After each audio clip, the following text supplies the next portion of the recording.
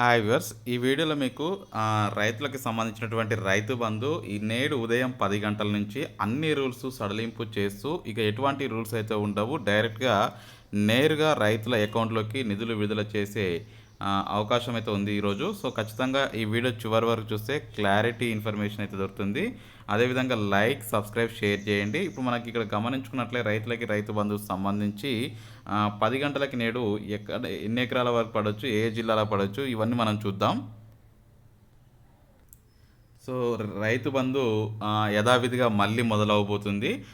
నేటి నుంచి రైతు బంధు అని చెప్పి మనం ఒక న్యూస్ చూసుకోవచ్చు. ఇప్పుడు ఈ రైతు బంధు తీపి కబురు, రైతు బంధు పంపిణీ అని చెప్పేసి ఏదైతే గతంలో 2.5 ఎకరాల వరకు అయితే నిధులు విడుదల చేయడం జరిగింది, గ్రీన్ సిగ్నల్ ఇచ్చారు. రైతు బంధు జమపై సీఎం రేవంత్ రెడ్డి గారు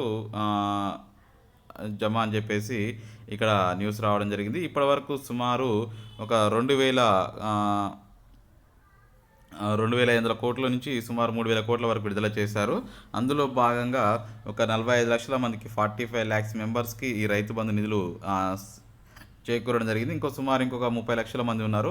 ఈ 30 లక్షల మందికి అంటే ఇప్పుడు 2.5 ఎకరాల నుంచి అంటే దాదాపు 3 ఎకరాల వరకు అయితే దగ్గరలోకి పడడం జరిగింది ఇప్పటివరకు, నిన్నటి వరకు చూసుకుంటే.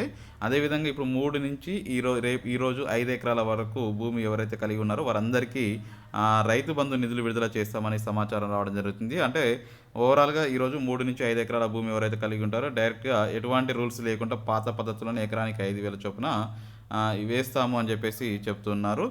దీనికి సంబంధించి నేడు సుమారు ఇంకొక 1,000 కోట్ల వరకు నిధులు విడుదల చేసే అవకాశం అయితే ఉంది.